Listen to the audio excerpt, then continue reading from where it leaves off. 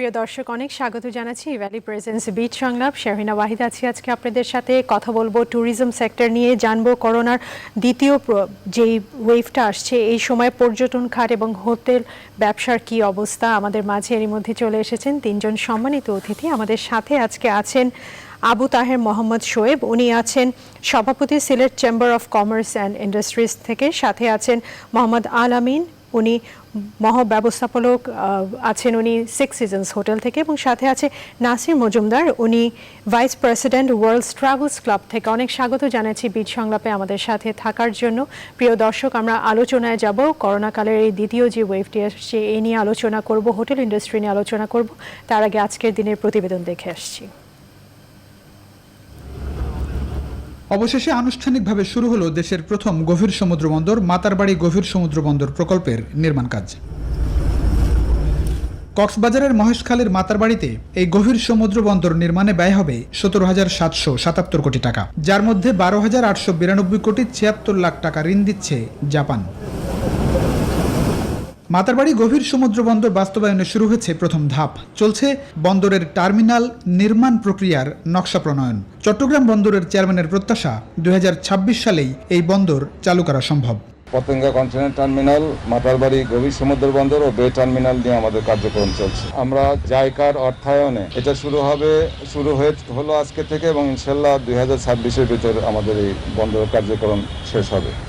চট্টগ্রাম বন্দর কর্তৃপক্ষ এবং সড়ক ও জনপথ বিভাগ যৌথভাবে বাস্তবায়ন করছে মাতারবাড়ি গভীর সমুদ্র বন্দর প্রকল্প, যার সব নকশা প্রস্তুত হচ্ছে জাপানি বিশেষজ্ঞদের তত্ত্বাবধানে। সড়ক সংযোগ সহ গভীর সমুদ্র বন্দরে 30 এবং 460 মিটার দীর্ঘ দুটি টার্মিনাল নির্মাণ করা হবে, যা বাস্তবায়িত হলে বিশাল জাহাজ থেকে সরাসরি পণ্য ওঠানামা সহজ হবে।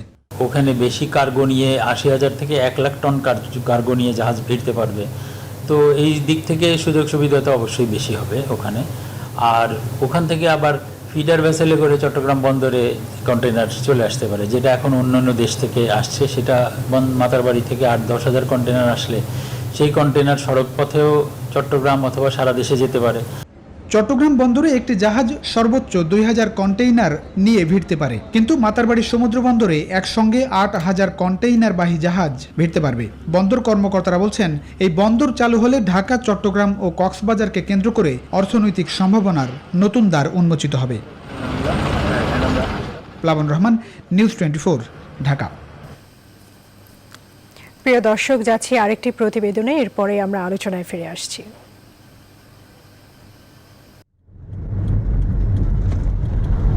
আমিনবাজার পার হতেই হাতের বায়ে পড়বে এই ব্রিজটি। এটি অতিক্রম করলেই ভাকুরতা গ্রামের শুরু। পুরো গ্রাম জুড়েই চলে গয়না তৈরির কর্মযজ্ঞ, তাই তো ভাকুরতা বর্তমানে গয়না গ্রাম নামেই পরিচিত। এখানে পা ফেলতেই শোনা যাবে হাতুড়ির ঠুকঠাক সুর। তাল লয় ছন্দে সাথে যোগ দেয় কারিগরদের শ্রম। তৈরি হয় হাজার রকমের নকশার গয়না। আমরা বিশেষ করে এই গলার, কানের, সীতাহার, হাতের চুড়ি এগুলা বানাই। যে সময় যা ডিজাইন আসে সেই ডিজাইনের কাজ করি। কাজ আমি তাতেও শিখেছি, আমার ওস্তাদ আছে, আমার বড় ভাই আছে, তার সাথে কাজ শিখেছি। গাইবান্ধা ওখান থেকে আমি এখানে আসছি, আসে এখানে কাজ শিখা, এখানেই কাজ শিখছি, এখানেই কাজ করতাম। গোল্ড প্লেটের প্রায় সব অলংকারই তৈরি হয় এ গ্রামে। গলার হার, হাতের চুড়ি, কানের দুল, ঝুমকা, চেইন, পায়েল, নূপুর। ঘর হোক কিংবা দোকান কারখানা, সকাল থেকেই গয়না তৈরির সরঞ্জাম স্বাগত জানায় কারিগরদের। জানা যায় ব্রিটিশ আমল থেকেই এখানকার মানুষ গয়না তৈরিকে বিকল্প পেশা হিসেবে বেছে নেয়। শুরুতেই স্বর্ণের গয়না বেশি তৈরি করলেও ধীরে ধীরে রূপার গয়নার দিকেই ঝোঁকেন তারা। বর্তমানে তামার পিতলের গয়নাই বেশি তৈরি করছেন এখানকার কারিগররা। দিন গড়িয়ে সন্ধ্যের পথে তখনও চলতে থাকে কারিগরদের মেধা আর পরিশ্রমের বুনন। এক একটি ধাপ পেরিয়ে গন্তব্যের উদ্দেশ্যে যাত্রা করতে প্রস্তুত হয় এসব গয়না। সুকন্যা আমির, নিউজ 24। প্রিয় দর্শক, এই ছিল আজকের প্রতিবেদন। করোনার কারণে আসলে দেশের 5 তারকা হোটেল ব্যবসায় ধস নেমেছে এবং তার সাথে সাথে রাজধানীর 5 তারকা হোটেলগুলোতে বলতে গেলে এখন প্রায় অতিথি শূন্য হয়ে পড়েছে। এরকম একটি পরিস্থিতি কিভাবে সামলে উঠছেন হোটেল ব্যবসায়ীরা, সবকিছু নিয়ে আলোচনা করব আজকের আমাদের এই অনুষ্ঠানে। কথা বলতে চাচ্ছি মোহাম্মদ আল আমিন আপনার সাথে। আমাদেরকে একটু জানাবেন যে এই করোনা ভাইরাসের কারণে হোটেল ব্যবসায় যে ক্ষতির মুখে পড়েছে তা থেকে কি আসলে উত্তরণ সম্ভব, যেহেতু করোনার দ্বিতীয় ওয়েভটিও চলে এসেছে, একটু জানাবেন আমাদেরকে বিস্তারিত। জি, ধন্যবাদ আমাকে আজকে ইনভাইট করার জন্য। অ্যাকচুয়ালি করোনার যে এফেক্টটা আমাদের উপরে আছে, এটা আমি যেটা পার্সোনালি প্রেডিক্ট করি যে এই ধসটা থেকে রিকভার করতে I think will take 2 more years, because এটা আসলে এমন একটা এপিডেমিক যেটা পরে প্যান্ডেমিক হয়ে গেল এবং এটার জন্য উই ওয়ার নট রেডি। এবং আসলে যেহেতু আমরা বাংলাদেশ একটা গ্রোয়িং ইকোনমি, তো এই গ্রোটার মাঝখানে একটা বড় হার্ডেল হয়ে গেল। এবং আপনি ঢাকা এবং বাংলাদেশের যদি স্পেশালি আমি যেহেতু হোটেলে কাজ করি, হোটেলের বিজনেসটাকে একটু ডিটেইলে আমরা বলার চেষ্টা করি যে ঢাকার বিজনেসটা কিন্তু আসলে ফরেন ট্রাভেলারদের উপর ডিপেন্ড করে। এবং যেহেতু এই প্যান্ডেমিকটা গ্লোবালি আসলে এফেক্ট করেছে, সেক্ষেত্রে বর্ডার বলেন, ইমিগ্রেশন বলেন, আসলে ইনফ্লোটা একদমই নেই। Therefore আসলে ঢাকায় একটা হোটেলের বড় পার্সেন্টেজ রেভিনিউ কিন্তু আসে আমার রুম বিজনেস থেকে, যেটা আসলে এখন মেবি নট মোর দেন 10%। হয়তো কিছু হোটেল কম বেশি ভালো করতে পারে, বাট ইন জেনারেল অ্যাভারেজ যদি আমি করি সেটা অবশ্যই 10%-এর বেশি হবে না। লাস্ট 3 মান্থসে ফ্রম সেপ্টেম্বর অনওয়ার্ড আমরা একটু গ্রোথ দেখতে পাচ্ছিলাম, স্পেশালি ফুড এন্ড বেভারেজ এবং ব্যাংকোয়েট ইভেন্টসে, যেটা আবার একটু আসলে কোশ্চেনের মধ্যে পড়লো যদি এই সেকেন্ড ওয়েভটা আসে। ইটস ভেরি ইম্পর্টেন্ট যে আমরা এই সেকেন্ড ওয়েভটাকে কিভাবে ম্যানেজ করব। যদি আমরা ঢাকার বাইরে যাই, স্পেশালি কক্সবাজার বা সিলেট, যেখানে আমাদের রিসোর্ট গুলো রয়েছে, স্পেশালি ডেস্টিনেশন গুলোতে যেখানে ডোমেস্টিক ট্রাভেলটা প্রচুর হয়, সেটা সেপ্টেম্বর অনওয়ার্ড আসলে খুব ভালো ছিল। আমি দেখেছি যে বেশ কিছু হোটেল, ম্যাক্সিমাম হোটেল আসলে খুব ভালো করেছে। কিন্তু যদি সেকেন্ড ওয়েভটা আসে, আবার হয়তো জিনিসটা স্টপ হয়ে যাবে। এবং সেটা এখন আমরা যেই ডিসিশনটা বা যে ধরনের ডিসকাশনই করব, ইট ক্যানট বি কনক্লুসিভ, বিকজ আমরা আসলে শিওর না যে এই প্যান্ডেমিক থেকে আমরা কবে রিকভার করব। তারপরও যদি আমরা ধরে নেই যে by second quarter next year আমরা করোনা ভাইরাসের ভ্যাকসিনটা চলে আসে এবং এটা এফেক্টিভলি আমরা ডিস্ট্রিবিউট করতে পারি, তখন হয়তো স্লোলি গ্রো করবে। So now probably from the government perspective they need a proper plan যে এই যে গ্যাপটা হয়ে গেল বা যে ফিনান্সিয়াল ডিজাস্টারটা হয়েছে, এটাকে আমরা কতদিনে রিকভার করব। There should be a proper plan. ওই প্ল্যানটা আবার যদি পাবলিক এবং গভর্নমেন্টের একটা পার্টনারশিপের থ্রুতে হয়, I think that will be a proper plan, because অনেক ইনসাইড হয়তো যারা পাবলিক লেভেলে বা প্রাইভেট ইনভেস্টমেন্ট করেন তারা হয়তো দিতে পারবেন। তো যদি আমরা ওরকম একটা 2 বছরের প্ল্যান করি, আমার মনে হয় হয়তো আমরা অবশ্যই economy will continue, world will not stop, but unless we have a proper plan it will be very difficult. যদি আমরা ad hoc ধন্যবাদ। basis আমি ফিরে আসছি আপনার কাছে। একটু মোহাম্মদ শোয়েব আপনার সাথে কথা বলবো। একটু জানাবেন যে হোটেল ব্যবসায়ীরা সরকারি সুযোগ সুবিধা কেমন ভাবে পাচ্ছেন এই সমস্যা থেকে উঠে আসার জন্য।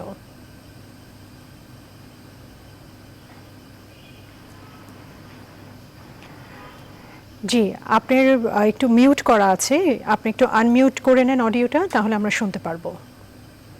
ধন্যবাদ আজকে আমাকে এই অনুষ্ঠানে সংযুক্ত করার জন্য, কারণ আমি একজন পর্যটন ব্যবসার সাথে জড়িত। আমার এক পূর্ববর্তী বক্তা যে কথাগুলো বলেছেন আমি আসলে তার সাথে একমত, কারণ একটি সুদূর প্রসারী একটি প্ল্যান যদি আমরা না নিই, তাহলে আসলে এই পর্যটন সেক্টরটা আমরা চোখে দেখা যায় না, এটার সাথে অনেকগুলো মানুষ কিন্তু জড়িত আছে। সুতরাং সরকারের এখন একটা আমার মনে হয় একটা মোক্ষম সময় যে এই প্ল্যান গুলা আমরা পিপিপির মাধ্যমে, যেটা নর্মাল ইনভেস্টমেন্ট হয়, সরকার এবং বেসরকারি উদ্যোক্তাদের নিয়ে এক সমন্বিত উদ্যোগ যদি আমরা নিতে পারি, তাহলে আমার মনে হয় জিনিসটা আমরা খুব ভালো হবে আমাদের ব্যবসায়ীদের জন্য। আর যেটা বলছেন যে সুযোগ সুবিধা, এটা একটা কঠিন প্রশ্ন। আমার মনে হয় যারা ব্যবসার সাথে জড়িত আছেন, যে আমরা বর্তমানে যেটা হচ্ছে যে বাংলাদেশের হঠাৎ করেই কিন্তু তৃতীয় সপ্তাহে এসে করোনা মহামারী বেশ আশঙ্কাজনক হারে বৃদ্ধি পেয়েছে, এবং বৃদ্ধি পাওয়ার কারণে কিন্তু আমাদের যারা ডোমেস্টিক পর্যটক, একটু আগে আমার পূর্ববর্তী বলেছেন যে ঢাকাতে কিন্তু ডিপেন্ড করে ফরেন পর্যটকদের উপর, বাট আমাদের সিলেটে কিন্তু এখনো মানে এই পরিমাণ ফরেন পর্যটকরা আসেন না। যারা ডোমেস্টিক ট্যুরিজম, যারা আভ্যন্তরীণ যারা পর্যটক, তারা কিন্তু সিলেটে আসে। কিন্তু যে সমস্যাটা, যেটা প্রশ্ন আপনি করেছেন যে আমাদের সুবিধাটা কি পাচ্ছি আমরা, আসলে এখন সুযোগ সুবিধা আসলে আমরা যদি ব্যবসা কিন্তু কন্টিনিউয়াস থাকতো, আমরা আমাদের মাননীয় প্রধানমন্ত্রী ব্যবসায়ীদেরকে একটি স্টিমুলাস প্যাকেজ ঘোষণা করেছেন, আপনি নিশ্চয়ই জানেন। কিন্তু অত্যন্ত দুঃখের, মানে আমরা আমাদের ব্যবসায়ীরা এখনো পর্যন্ত পর্যাপ্ত পরিমাণে পেয়েছেন, আমি একেবারে না করছি না, কিন্তু পর্যাপ্ত পরিমাণে যে এই প্যাকেজের যে সুবিধাটুকু, এই সুবিধাটুকু এখনো পর্যন্ত পাচ্ছেন না। তারপরেও আমরা সিলেট চেম্বার থেকে চেষ্টা করছি, ব্যাংক, বাংলাদেশ ব্যাংক এবং যারা স্টেক হোল্ডার আছেন ওদেরকে নিয়ে কাজ করেছি। তারপরে একটি ঋণ পেতে হলে আপনি জানেন যে বিভিন্ন ধরনের কুয়ারি থাকে, বিভিন্ন কাগজপত্র জমা দেওয়া লাগে। এই ব্যাপারগুলো আসলে মানে এত সহজ না। নর্মাল যে প্রকিউরমেন্ট আছে ওই প্রকিউরমেন্টের মধ্যেই কিন্তু আপনার কাগজপত্র দিয়ে লোন আপনি মানে পেতে পারেন। আর আমাদের যে সমস্যাগুলো আছে, আমি পর্যটন ব্যবসার আমাদের সমস্যাগুলোর কথা বলি, সেটা হচ্ছে যে প্রায় 13টি লাইসেন্স আমাদেরকে নবায়ন করতে হয়। তো আমরা আসলে কিছু চাই না, আমাদের এই লাইসেন্স গুলো যেন সহজ উপায়ে আমাদের ইজ অফ ডুইং বিজনেসটা যেন একটু লক্ষ্য দেওয়া হয়। জি, আমরা এই আপনি বিভিন্নভাবে, আপনি জানেন যে আমলাতান্ত্রিক জটিলতা প্রত্যেক জায়গায় আছে। আমাদের এই লাইসেন্স গুলো যদি আমরা সহজে রিনিউ করতে পারি, তাহলে আমি মনে করি যে আমাদের সরকার অনেকগুলো সহযোগিতা করবেন। আমরা আরেকটা জিনিস, সেটা হচ্ছে যে সব থেকে বড় যে ব্যাপার, সেটা হচ্ছে যে ভ্যাট এবং ট্যাক্স। আমরা ভ্যাটের কথাই বলি, বিগত 5 মাস আমরা দেখেন পর্যটন ব্যবসায়ীরা একেবারেই বাজে অবস্থার মধ্যে দিয়ে গিয়েছে, এবং লাস্ট 2 মান্থ আমরা কিছুটা ব্যবসা করেছি। বাট যে ক্ষতি হয়েছে আমাদের 5 মাসে, এই ক্ষতি তো আসলে পুষিয়ে নেওয়ার আসলে কোনো সুযোগ নেই। যেটা বলেছে আমার প্রায় 2 বছরের মতো একটা সময় লাগবে, আর এটা কবে শেষ হবে তা কিন্তু আমরা জানি না। এখন আমাদের সরকারি ভাবে বিভিন্ন ভাবে আমাদেরকে, মানে সরকারের একটা রাজস্ব আদায়ের একটা ব্যাপার আছে ভ্যাটের মাধ্যমে, তো আমাদেরকে বিভিন্ন ভাবে মানে বলা হচ্ছিল যে বেশি পরিমাণে ভ্যাট দেওয়ার জন্য, বেশি পরিমাণে ট্যাক্স দেওয়ার জন্য। এবং আমরা এটা, আমি আশা করি যে আজকে আপনার মাধ্যমে একটু আমাদের মাননীয় প্রধানমন্ত্রী যদি শুনেন, আমাদেরকে যদি কিছুটা হচ্ছে মানে রেহাই দেন, বর্তমান এই করোনা কালে আমাদের ব্যবসায়ীদেরকে এই ভ্যাট এবং ট্যাক্সের বোঝা থেকে কিছুটা রেহাই দেন, আমার মনে হয় তাহলে আমাদের ব্যবসায়ীরা কিছুটা আমাদের তাদের এই অসুবিধার মধ্যে কিছুটা সুবিধা ভোগ করতে পারবে। জি, ধন্যবাদ। আমি ফিরে আসবো আপনার সাথে আলোচনায়। একটু নাসির মজুমদার আপনার সাথে কথা বলতে চাচ্ছি। আমাদেরকে জানাবেন যে আমাদের দুজন বক্তা যেই কথাগুলো বললেন, যে প্রসঙ্গগুলো তুললেন, এই ব্যাপারে আপনার মন্তব্য কি? জি, স্বাগতম। আমাকে সুযোগ দেওয়ার জন্য আপনাকে ধন্যবাদ জানাচ্ছি। আসলে ওনারা যে কথাগুলো বলেছেন আমি খুব মনোযোগ দিয়ে শুনতে ছিলাম। প্রথম হচ্ছে যে আমাদের যে শহরের যে হোটেলগুলো, 5 স্টার, এগুলি আসলে ওই রুমগুলা বিদেশি বা ফরেনারদের উপরে ডিপেন্ড করে। ওনাদের দিনই সত্যি খুব খারাপ। এটা আসলে করোনার শুরু থেকেই, ইনফ্যাক্ট ওই জানুয়ারিতে যে চায়না যে করোনাটা শুরু হয়েছিল ডিসেম্বরে 19-এ, তখন থেকে কিন্তু এটা মন্দায় যাচ্ছে। এখন অলমোস্ট 10% হয়তো বিজনেস নেই। আরেকটা জিনিস হচ্ছে আমাদের ঢাকার বাইরে যে ডোমেস্টিক ট্যুরিজম বা ডেস্টিনেশন ট্যুরিজম যেটা বলা হচ্ছে, এটা নর্মালি আমাদের সিজন হচ্ছে আপনার সেপ্টেম্বর থেকে দ্যাট ইজ মার্চ পর্যন্ত। কিন্তু এই বছর আমরা দেখতে পেলাম জুলাই থেকে কিন্তু এটা শুরু হয়ে গিয়েছিল। এটা ওই খারাপের মধ্যে কিছু ভালো যেটা হয় আর কি, এবং বেশ পর্যটকের সারা এখনো কিন্তু ঢাকার বাইরে পর্যটকের একটা ভালো সারা আছে। এখন আমরা জানি না দ্বিতীয় ওয়েভে এটা কি হবে। এখন যদি না হয় তাহলে আমি মনে করি যে আমাদের কুয়াকাটা বা কক্সবাজারে কিংবা বান্দরবনে, ওখানে কিন্তু মানুষ থাকার জায়গাও এখন পাওয়া যাচ্ছে না, এবং ট্রাফিক বা কন্ট্রোল, যেমন গত সপ্তাহে কুয়াকাটায় মানুষ মানে খাবারের কোনো হোটেল খালি ছিল না, এরকম একটা অবস্থা ছিল। জি, কক্সবাজারের একই অবস্থা। জি, হ্যাঁ। তো এখন এটা কিন্তু একটা পজিটিভ আর নেগেটিভ দিকও আছে। স্বাস্থ্য সচেতনতা বা স্বাস্থ্য ঝুঁকি যেটা আছে, এটা একটা সম্ভাবনা রয়ে গেছে, কিন্তু এগুলি আসলে পুলিশ কিংবা আমরা কেউ কন্ট্রোল করতে পারবো না, এগুলো জনগণ নিজেদেরকে কন্ট্রোল করতে হবে। নাম্বার 2 আসেন ওনারা, আমরা যে লোনের কথা বললাম, আমাদের হোটেল মোটেল অ্যাসোসিয়েশন অফ কুয়াকাটার আমি একজন অ্যাডভাইজার। আমার জানা মতে প্রায় 100টা হোটেল অ্যাপ্লিকেশন করেছিল, একটা ব্যাংকও কোনো হোটেলে গিয়ে ইনভেস্টিগেশন করে নাই, কোনো চাহিদা বা কোনো কাগজ চান নাই। একটা ইন এভারেজ একটা চিঠি দিয়ে দিয়েছেন যে আপনাদের লোন দেওয়া সম্ভব নয়। এটার জন্য এফবিসিসিআই 1 পয়েন্ট সার্ভিস করেছিলেন। এখন সে এফবিসিসিআই কিন্তু এখন একটু চুপচাপ।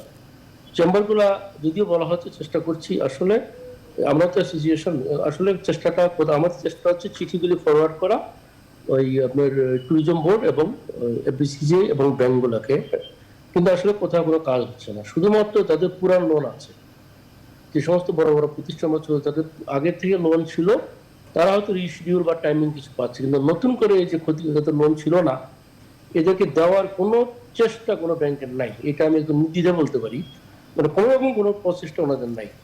এবং এইসব লোন আসলে আমার তারা বিশ্বাস এটা হবে না। আর একটা জিনিস হচ্ছে এখন হ্যাঁ, ট্যাক্স ভ্যাট, আমি জানি না এখানে দুজনে ব্যবসায়ী বা আমাদের সবাই আছেন, যে কোনো সময় থেকে আমরা এই মুহূর্তটা চরম, আমি বলবো এটাকে একটা চাপের মধ্যে আছি ট্যাক্স এবং ভ্যাট কর্তৃপক্ষকে নিয়ে। ওনারা আসলে সরকারও তো মনে হয় যে আমরা যখন বিজনেসে লস করেছি, ওনারাও কিন্তু ওনাদের টার্গেট থেকে হয়তো বা মিস করেছে। ওনারাও ওই টার্গেট পূরণ করার জন্য আমরা যারা ট্যাক্স বা ভ্যাট দিয়ে থাকি আমাদের উপরেই মামলা মোকদ্দমা শুরু থেকে ওনারা কোনো প্রচেষ্টা বাদ দিচ্ছেন না।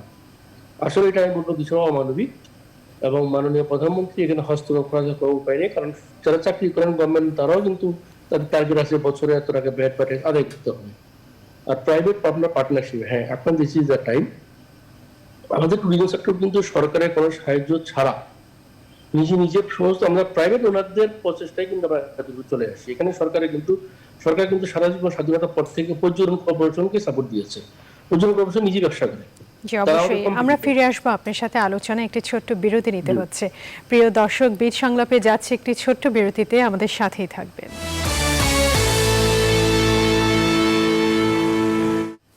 প্রিয় দর্শক, অনেক স্বাগত জানাচ্ছি ভ্যালি প্রেজেন্স বীজ সংলাপ। শেরহিনা ওয়াহিদ আছি আপনাদের সাথে। কথা বলছিলাম করোনাকালে পর্যটন ও হোটেল ব্যবসা নিয়ে। কথা বলতে যাচ্ছি আমি মোহাম্মদ আল আমিন আপনার সাথে। আমাদেরকে একটু জানাবেন, আমাদের এই আগের বক্তা যেটা আমাদেরকে বললেন যে আয়ের এত বড় ক্ষতির পরে হোটেল ব্যবসায়ীরা বেশি ট্যাক্স দিতে কিন্তু বাধ্য হচ্ছে, এই ব্যাপারে একটু আপনার মন্তব্য যদি আমাদেরকে জানান।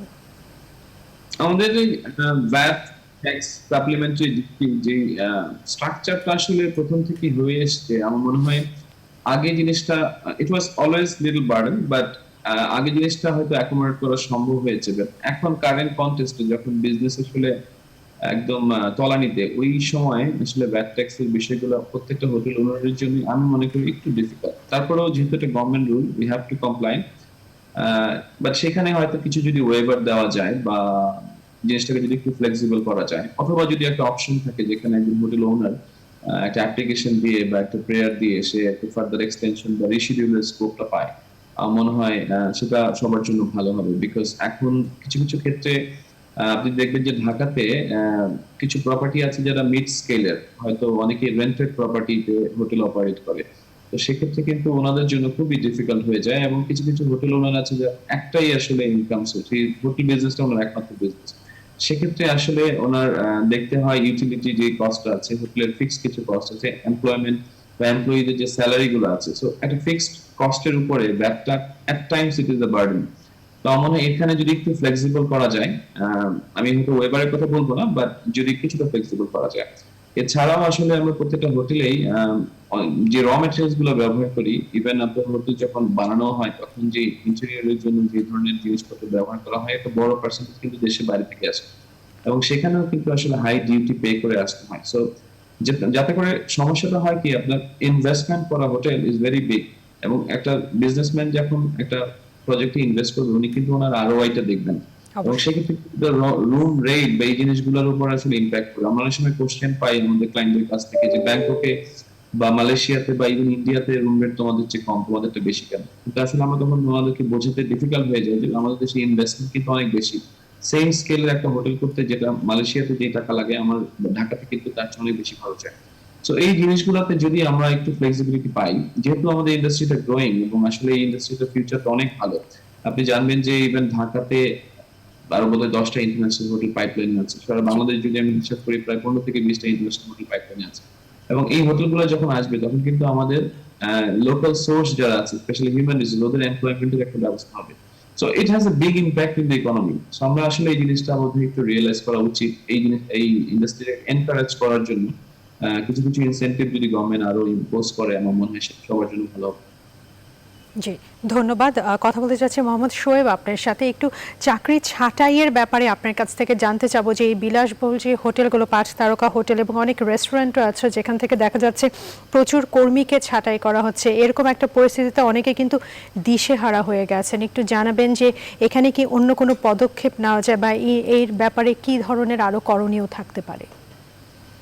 ধন্যবাদ। আসলে পর্যটন খাতের অন্যতম অংশটা হচ্ছে আপনার হোটেল এবং রেস্টুরেন্ট, এবং এখানে আমাদের পরিবহন সেক্টরটা জড়িত। তো দেশে আসলে করোনার প্রভাবে আপনার বিগত 5 মাস বন্ধ থাকার পরে মানে আমাদের যেসব কর্মীরা ছিলেন আমাদের সাথে তাদেরকে আমরা যথাসাধ্য চেষ্টা করেছি তাদেরকে বেতন দেওয়ার এবং আমাদের সাথে সম্পৃক্ত রাখার। বাট অনেকে মানে সবাই যে এটা করতে পেরেছেন তাও না, অনেক বেশি সংখ্যক কর্মচারী ওদেরকে আসলে ছাঁটাই করতে হয়েছে। এটা মানে আমরা যারা ব্যবসায়ী তাদের জন্য যেমন দুঃখজনক, এটা স্বাভাবিকভাবে আমাদের একটা অর্থনীতির একটা ব্যাড ইম্প্যাক্ট পড়ে। তো আমরা যেটা সিলেটে যেটা আমরা করেছি যে আমরা ব্যবসায়ীদের পাশাপাশি জেলা প্রশাসনের মাধ্যমে কিন্তু যারা শ্রমিক যারা ছিল তাদেরকেও একটি মানবিক সহযোগিতার একটা কাজ করেছেন আমাদের জেলা প্রশাসক, আমাদের সিলেটের ব্যবসায়ীরা আমরা করেছি। বাট তারপরেও মানে লং রানে আপনি যখন 5 মাস একটা হোটেল এবং রেস্টুরেন্ট বন্ধ ছিল, রেস্টুরেন্ট এবং হোটেলের সাথে কিন্তু অনেক মানুষের সম্পৃক্ততা, তো এদেরকে এত বড় একটি খরচ বহন করা বেশ কঠিন হয়ে যাচ্ছিল। আমার মনে হয় এটা আমাদের ব্যবসা নরমাল না হওয়া পর্যন্ত এই ব্যবসা মানে এখানে নতুন করে কর্মসংস্থান মানে যুক্ত হওয়া এটা কঠিন ব্যাপার আমাদের ব্যবসায়ীদের জন্য। আর একটা জিনিস সেটা হচ্ছে যে আমরা যদি জানতাম যে আমাদের প্যান্ডামিকটা ওই একটা নির্দিষ্ট সময় শেষ হবে তখন আমাদের প্ল্যানিংটা কিন্তু ভাবে করতে পারতাম। কিন্তু দুঃখজনক হলে যে আমরা এখন সেকেন্ড ওয়েভের মধ্য দিয়ে যাচ্ছি যেটা সবাই বলছেন, এবং সেকেন্ড ওয়েভ যদি হয় তখন মানুষের মধ্যে একটা ভীতির একটা সঞ্চার হয়েছে।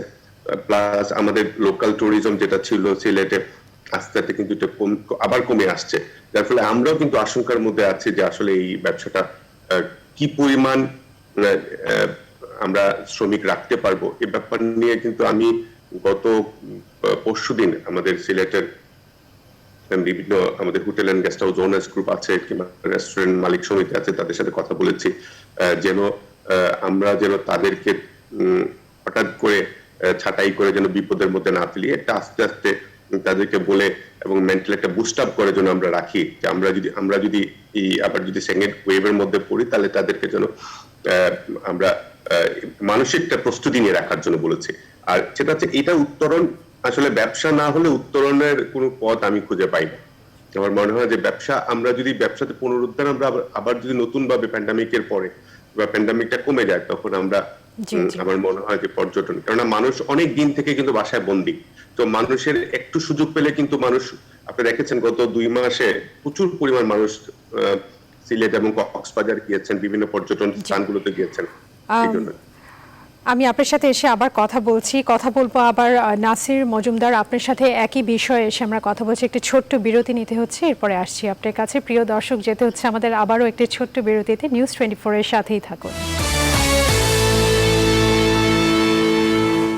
প্রিয় দর্শক, আবারও স্বাগত জানাচ্ছি ভ্যালি প্রেজেন্স বিচ সংলাপ। করোনাকালে পর্যটন ও হোটেল ব্যবসা নিয়ে কথা বলতে চাচ্ছি আমি এখন নাসির মজুমদার আপনার সাথে। আমরা কর্পোরেট ট্যাক্স এবং তার সাথে সাথে চাকরি ছাঁটাই নিয়ে কথা বলছিলাম। এই দুটো বিষয় একটু আপনার কাছ থেকে আমরা জানতে চাবো যে আপনি কি ভাবছেন, কি মন্তব্য দিবেন এই বিষয়টাতে। জি, আসলে আমি একটু যোগ করতে চাই, সেটা হচ্ছে যে কোনো আমাদের যে প্রতিষ্ঠানের সবচেয়ে আপন হচ্ছে মানব সম্পদ। কোনো মালিক কখনোই তার একটা স্টাফকে ছাঁটাই করতে চায় না, কারণ হচ্ছে এই একটা স্টাফকে শিখাইতে বানাইতে অনেক সময় লাগে। ন্যাচারালি সাধারণত কোনো মালিক কোনো স্টাফকে অনলাইন না করলে বিদায় করে না। এখন ধরেন এই যে প্যান্ডামিকে আমাদের যে অবস্থা, এর মধ্যে আমরা ধরেন অনেক ভাগ করেছি, প্রথমে স্টেপে কিছু বিদায় করেছি, তারপর বিদায় করেছি, আস্তে আস্তে করতে বাধ্য হচ্ছি, কারণ অস্তিত্বের প্রশ্ন। এখন এখানে আপনি যেটা বললেন যে এখানে কোনো করণীয় কিছু আছে কিনা এদেরকে রাখার, অবশ্যই আছে। যেমন আলামিন সাহেব বললেন যে বিজিএমির মতো, বিজিএমি তে গভর্নমেন্ট কি করেছে, 2 মাস ওদেরকে ছুটি দিয়েছিল, ওর বিনিময়ে 2 মাসের স্যালারি আসছিল, স্যালারি 2% লোনে স্যালারি অ্যামাউন্ট টাকাটা গার্মেন্টসের মালিকদের দিয়ে দিয়েছিল। তো মালিকরা ইনফ্যাক্ট লোন করেছে, এটা কিন্তু ফ্রি পায়নি, বাট 2% শুধু লোন করে সে তার যে শ্রমিকদের তাদেরকে বাঁচিয়ে রেখেছে, এখন তাদেরকে কাজ করিয়ে নিচ্ছে। এখন আমরা যারা স্টেক হোল্ডার আছি, আমাদের বিভিন্ন টুরিজম স্পটগুলোর, যে আমরা যারা বিভিন্ন প্রতিষ্ঠান, রেস্টুরেন্ট আছে, আমাদের হোটেলগুলি আছে, মোটেলগুলি আছে, গেস্ট হাউস আছে, সরকার যদি বলে যে ঠিক আছে তোমরা তোমাদের স্টাফদের ছাঁটাই বা এতে যে স্যালারি আসে এটার 80% আমরা তোমাদেরকে ফ্রিতে দিবেন আর লোন হিসেবে দিব, এবং সব লোন 1 বা 2%। আমার মনে হয় কোনো মালিক তার একটা লোক ছাঁটাই করবে না, এটা হলো একটা। আর হচ্ছে যে ভ্যাট ট্যাক্স এর ব্যাপারটা, যেটা বললাম যে এটা আসলে এটা আমাদের আমলাতন্ত্র, এটা কারো দোষ নয়, এটা আমলাতন্ত্র, একটা সিস্টেম। কারণ সরকার কিন্তু রাজস্ব দিয়ে চলে, সরকারেরও কিন্তু বাৎসরিক রাজস্ব টার্গেট থাকে, যার ফলে এখন দেখেন সারা বাংলাদেশে মাত্র 20 লোকের মধ্যে 10 লাখ টিন সার্টিফিকেট। তার মানে কি উনি আর 70 কোটি লোক কিন্তু ট্যাক্সের কোনো ফাইল নেই। এখন মামলা করলে তো এই 7 লাখ লোককেই মামলা করছেন ওনারা। হ্যাঁ, এইটার ব্যাপারে গভর্নমেন্ট যদি একটু, আসলে আমরা তো কোনো ছাড় পাইনি, ইলেকট্রিক বিল থেকে শুরু করে গভর্নমেন্ট, মাননীয় প্রধানমন্ত্রী অনেক কথাই অনেক প্রস্তাবই দিয়েছেন, কিন্তু আসলে এই ফিল্ডে কিন্তু কিছু কার্যকর হয়নি। এত লোন আমাদের ধরেন কোনো লোনও মাফ হয় নাই, ইন্টারেস্টও কমে নাই, আমাদের বিদ্যুৎ বিলও কমে নাই, আমাদের ট্যাক্স ভ্যাট কোনোটাই কমে নেই, এবং সিটি কর্পোরেশন থেকে শুরু করে বিএসটি শুরু থেকে কোনো ডিপার্টমেন্টে কিন্তু একটু সহনশীল কোনো কিছু নাই, সবাই সবার মতো কাজ করে যাচ্ছেন। তো সেখানে কর্পোরেট ট্যাক্স, ইভেন আমাদের যে ব্যাটগুলা পাই, আসলে ব্যাট তো ক্রাইম দিতে চায় না, ব্যাটগুলো কিন্তু আমরাই খুব আদায় করতে পারি, খুব কম লোকই আছে প্রতিষ্ঠান ব্যাট আদায় করতে পারে, এটা একটা আমরাই দিয়ে দিই। সেগুলো যদি সহনশীল হয় তাহলে কিন্তু আমার মনে হয় আমরা এই স্টাফগুলোকে আমরা রাখতে পারবো। ধন্যবাদ। মোহাম্মদ শোয়েব, আপনার সাথে একটু কথা বলতে চাচ্ছিলাম, আমরা যদি অনুষ্ঠানের শেষে চলে এসেছি, একটু আমাদেরকে জানাবেন যে ভবিষ্যৎ বিবেচনায় এই ব্যবসা খাতে সম্ভাবনা কি কি আছে? আর ধন্যবাদ। আসলে আপনি দেখেন যে বর্তমান বিশ্বে পর্যটন কি মানে অর্থনৈতিক খাতটি তাৎপর্যপূর্ণ, এবং আপনি গত বছর আমি যেটা একটি সমীক্ষাতে দেখেছি, প্রায় 50,000 কোটি টাকা কিন্তু শুধু পর্যটন খাতে ব্যয় করেছে আমাদের বিভিন্ন দেশের পর্যটকরা। তো এই যে একটা বিশাল একটি ফান্ড, এই ফান্ডটাকে আমরা কিভাবে আমাদের দেশে অ্যাট্রাক্ট করতে পারি, এটা আমাদের ফরেনাররা যারা আছেন তারা কিন্তু ব্যবসার জন্য আসছেন। একটু আগে যে আলামিন সাহেব প্রথম দিকে বলছিলেন যে এখানে ফরেনাররা উপরে ডিপেন্ড করে আমাদের পর্যটন খাতটা, আসলে এরা কিন্তু ইনভেস্টার, এরা বিভিন্ন গার্মেন্টস এর লোকজন অন্যান্য কাজে আসে, কিন্তু টোটাল ট্যুরিজমের জন্য আসা কিন্তু মানুষজন মানে বিদেশ থেকে খুব কম। আমাদের এই বাইরের পর্যটকদেরকে আমাদেরকে আকৃষ্ট করতে হবে, এবং এই আকৃষ্ট করার জন্য আসলে একটা সমন্বিত পদক্ষেপ নেওয়া খুব জরুরি। দেখেন যে আমরা মালয়েশিয়ান এয়ারলাইন্সে যদি উঠি, এটার মধ্যে লিখেই থাকে ট্রুলি মালয়েশিয়া, মানে তাদের একটা ব্র্যান্ডিং, একটা দেশকে ব্র্যান্ডিং করার কাজ করছে। তো আমাদেরকে বাংলাদেশকে আসলে এখন ব্র্যান্ডিং এ নিয়ে যেতে হবে, এবং সবথেকে বড় জিনিস, আমরা আসলে সময়ের স্বল্পতার কারণে কথা বলতে পারছি না, একটু আলামিন আপনার কাছ থেকে একটু শেষবারের মতো জানতে চাবো যে আপনি আমাদের ভবিষ্যতের সম্ভাবনার ব্যাপারে ছোট্ট করে যদি কিছু বলেন।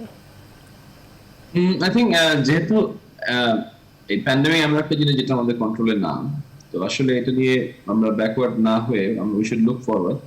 কিছু কিছু বিষয় কিন্তু ওপেন হয়েছে। ফর এক্সাম্পল, আপনি এখন দেখবেন যে rider base home delivery service, যে ফুডের যে জিনিসটা, এটা আগে ছিল না, সেটা এখন কিন্তু খুব অ্যাক্টিভলি কাজ করছে। এই বছর ইভেন ডাব্লিউটিওর একটা কনসেপ্ট ছিল যে আপনার লোকাল ট্যুরিজম বা ইকো ট্যুরিজম ডেভেলপ। জি, অনেক ধন্যবাদ আমাদের সম্মানিত অতিথিদের, অনেক ধন্যবাদ জানিয়ে আজকের মতো বিট সংলাপ এখানেই শেষ করতে হচ্ছে। প্রিয় দর্শক, ভালো থাকুন, সুস্থ থাকুন, নিরাপদে থাকুন, নিজের জন্য, নিজের পরিবারের জন্য। আল্লাহ হাফেজ।